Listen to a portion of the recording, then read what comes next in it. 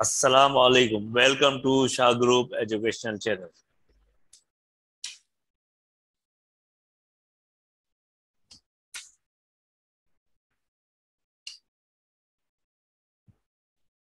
Metric biology chapter is homeostasis, and we will discuss the MCQs of this chapter. Multiple choice questions. Number one is internal condition of an organism is referred as किसी भी जानदार की internal जो condition होती है तो उसको हम क्या बोलते हैं? Homeostasis, internal metabolism, internal environment या फीडबैक मैकेनिज्म। तो बेटा किसी भी जानदार की, चाहे प्लांट हो, चाहे एनिमल्स हो, चाहे ह्यूमन बींग्स हो, जो इंटरनल जो कंडीशन होती है हम उसको बोलते हैं होम्योस्टेसिस। नेक्स्ट है आंसर इज होम्योस्टेसिस। होम्योस्टेसिस बेटा maintenance of the internal body environment, internal body environment की मेंटेनेंस होने को हम होम्योस्टेसिस बोलते हैं। नेक्स्ट है a set of metabolism reaction which maintain internal environment। Metabolism reaction जिसकी वजह से हमारा इंटरनल एनवायरनमेंट मेंटेन रहता है उसको हम सेम होम्योस्टेसिस ही कहा जाता है। इंटरनल कंडीशन हो या इंटरनल बेटा कंडीशन मेंटेन हो, दोनों को हम लोग होम्योस्टेसिस कहते हैं, दोनों को होम्योस्टेसिस रेफर किया जाता है। नेक्स्ट है removal of extra liquid water from harder throats. बेटा तो पानी का लिक्विड की फॉर्म में बाहर निकलना प्लांट से, उस अमल को क्या कहा जाता है? एक्सुडेशन, गटेशन, रेस्पिरेशन या ट्रांसपिरेशन। तो एक ऐसा अमल प्लांट्स के अंदर जिसमें लिक्विड की फॉर्म में पानी बाहर जाता है उसको हम गटेशन बोलते हैं।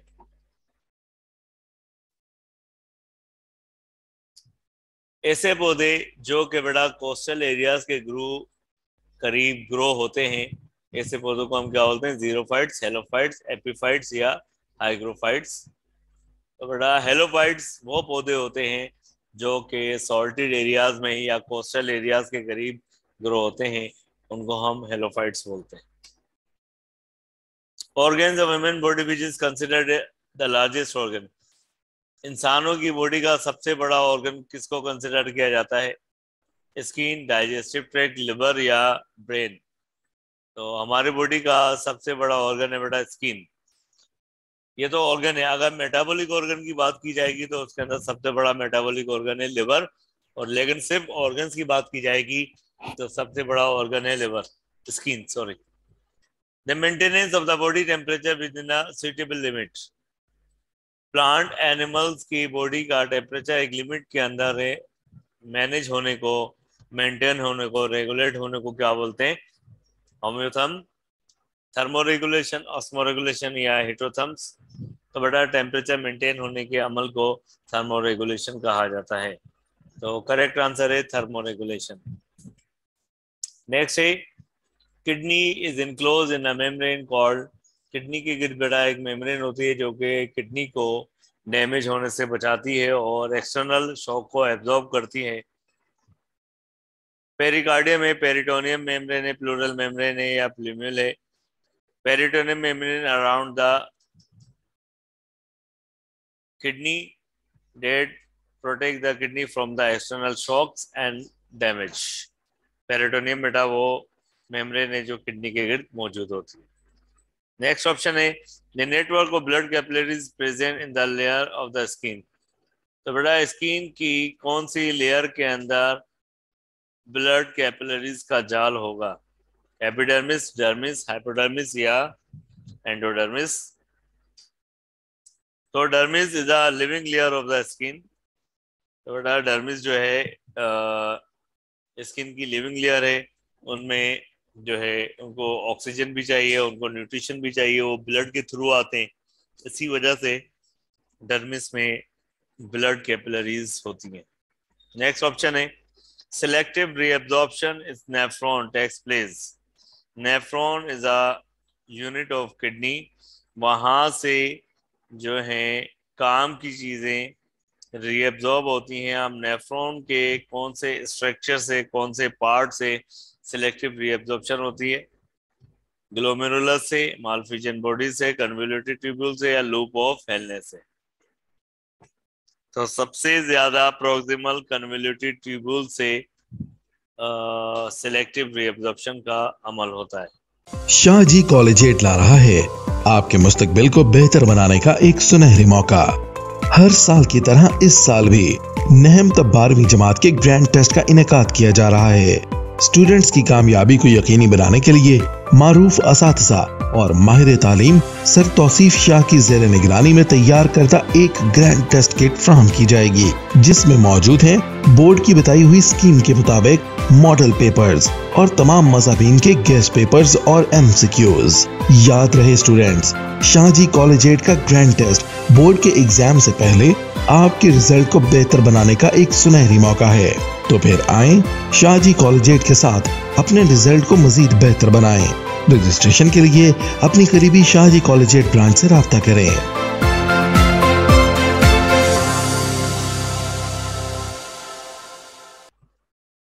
बेटा, तो the hormone ADH releases from ADH anti diuretic hormones कहाँ से रिलीज होता है? बॉडी का वो कौन सा ऐसा है जो कि ADH हार्मोन सिक्रेट करता है?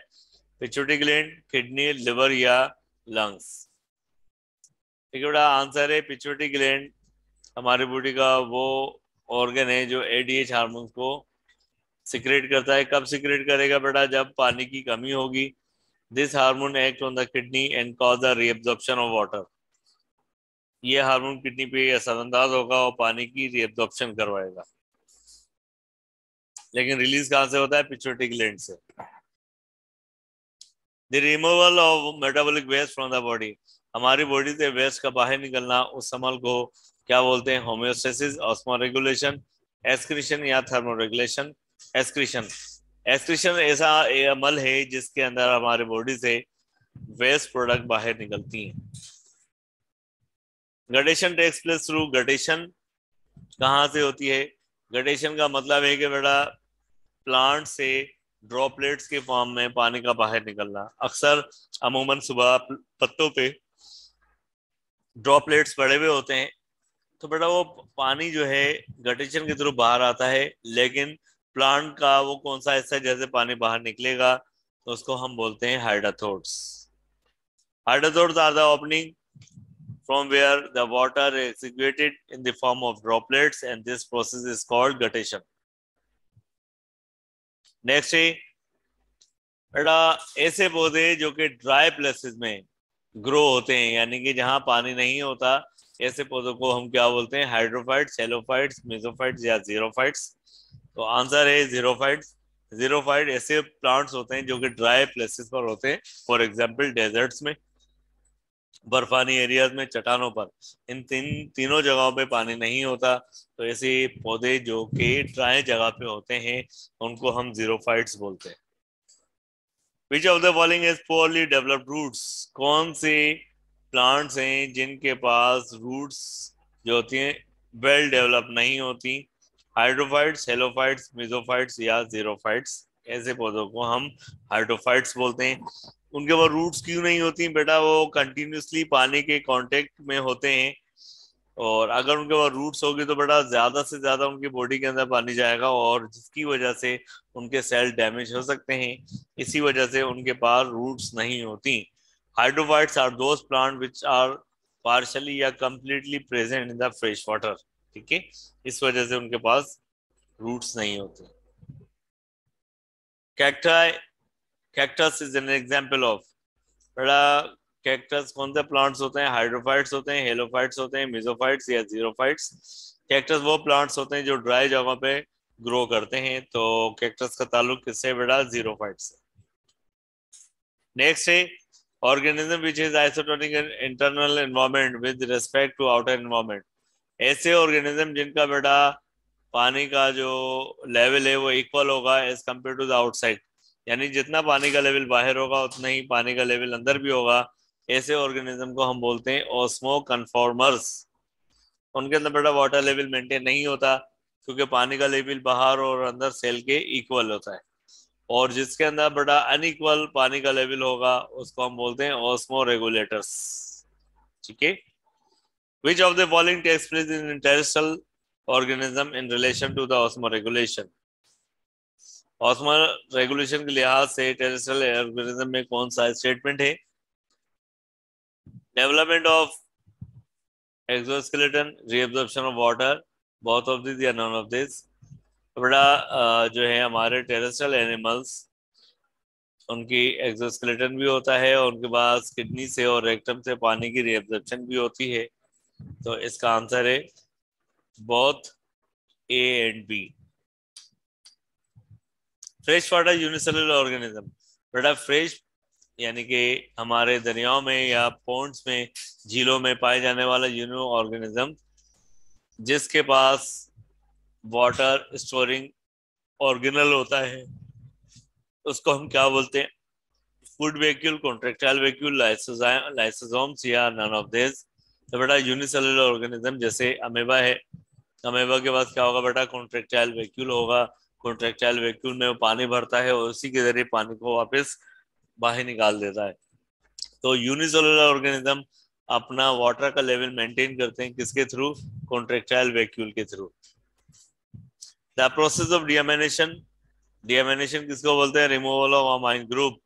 एक ऐसा अमल जिसमें से बेटा अमाइनो एसिड में से अमाइन ग्रुप रिमूव होगा, वो कहाँ पर होता है? किडनी में, स्टमक में, लिवर में या स्प्लीन में? तो करेक्ट आंसर है, तो बेटा डीएमिनेशन का अमल कहाँ पर होता है? लिवर में।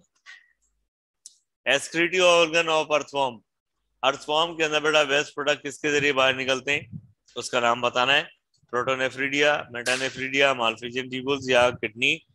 तो अर्थवॉर्म के बाद एक्सक्रीटिव ऑर्गन होते हैं बेटा मेटानेफ्रीडिया, जहां से वो अपना वेस्ट प्रोडक्ट बाहर निकालते हैं। ह्यूमन की स्किन के कितने पार्ट होते हैं? 1, 2, 3 या 4 लेयर्स? कितनी लेयर्स होती है बेटा? 1 लेयर होती है, 2, 3, 4? ह्यूमन स्किन के अंदर 3 लेयर्स होते हैं, 3 layers. Blood vessel, nerve receptors ending and sweat glands are present. तो बेटा ये ब्लड वेसल्स हो गई, नर्व रिसेप्टर्स हो गए और स्वेट ग्लैंड्स स्किन की कौन सी लेयर्स के अंदर होती हैं? They are present in the dermis, क्योंकि बेटा डर्मिस जो है लिविंग लेयर है, उसके बाद ब्लड वेसल्स भी होंगी, ठीक है बेटा, नर्व रिसेप्टर्स भी होंगे, स्वेट ग्लैंड्स भी होंगे। कार्बोनिक एनहाइड्रेट एंजाइम है that is responsible for the exchange of the gases, ठीक है बेटा। तो ये एंजाइम किसके अंदर मौजूद होता है? डब्ल्यूबीसीज, ब्लड प्लाज्मा, आरबीसीज या प्लेटलेट्स? तो बेटा आरबीसीज का ताल्लुक एक्सचेंज ऑफ द गैसेस से है, तो इसी वजह से कार्बोनिक एनहाइड्रेट जो है वो किसके अंदर मौजूद होता है? रेड ब्लड सेल्स में। तो करेक्ट आंसर है हमारे पास रेड ब्लड सेल्स। स्किन क्या करती है? Excretion of excess water, sensation of touch, pressure and pain, protection of internal body या ऑल ऑफ दिस? तो बेटा इसका स्किन बेटा वेस्ट प्रोडक्ट भी बाहर निकालती है, स्किन टच को, प्रेशर को, दर्द को सेंस भी करती है, हमारी इंटरनल ऑर्गन्स की प्रोटेक्शन भी करती है। तो इसका जवाब है all of this. When there is excess water in the body fluid, अगर बेटा बॉडी के फ्लूइड के अंदर या बॉडी के अंदर पानी ज्यादा हो जाता है तो किडनी क्या करती है?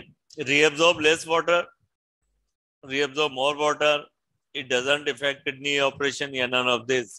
तो बेटा जब पानी ज्यादा हो जाएगा तो किडनी कभी भी पानी को रीअब्सॉर्ब नहीं करेगी, कम पानी को रीअब्सॉर्ब करेगी, बाकी को यूरिन की फॉर्म में बॉडी से बाहर निकाल देगी।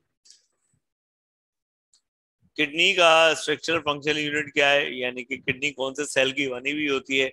नेफ्रॉन, न्यूरॉन, एपिथेलियल सेल्स या muscle cells? Kidney is made up of nephron,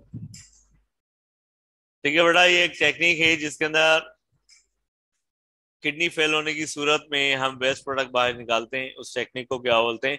lithotripsy, dialysis, chemotherapy या फिजियोथेरेपी? आंसर है डायलिसिस बेटा, एक ऐसी टेक्निक है जिसमें हम लोग किडनी से या बॉडी से वेस्ट प्रोडक्ट को बाहर निकालते हैं। Which of the following part of nephron lie in the medulla? बेटा नेफ्रॉन का कौन सा ऐसा किडनी के इंटरनल पार्ट में होता है? Loop of Henle. ज्यादातर ब्लड फिल्ट्रेशन किडनी के नेफ्रॉन के कौन से हिस्से से होती है? ठीक है बेटा, Malpighian body is a part of the nephron जहां से ब्लड फिल्ट्रेशन ज्यादा से ज्यादा होती है। Thank you for watching.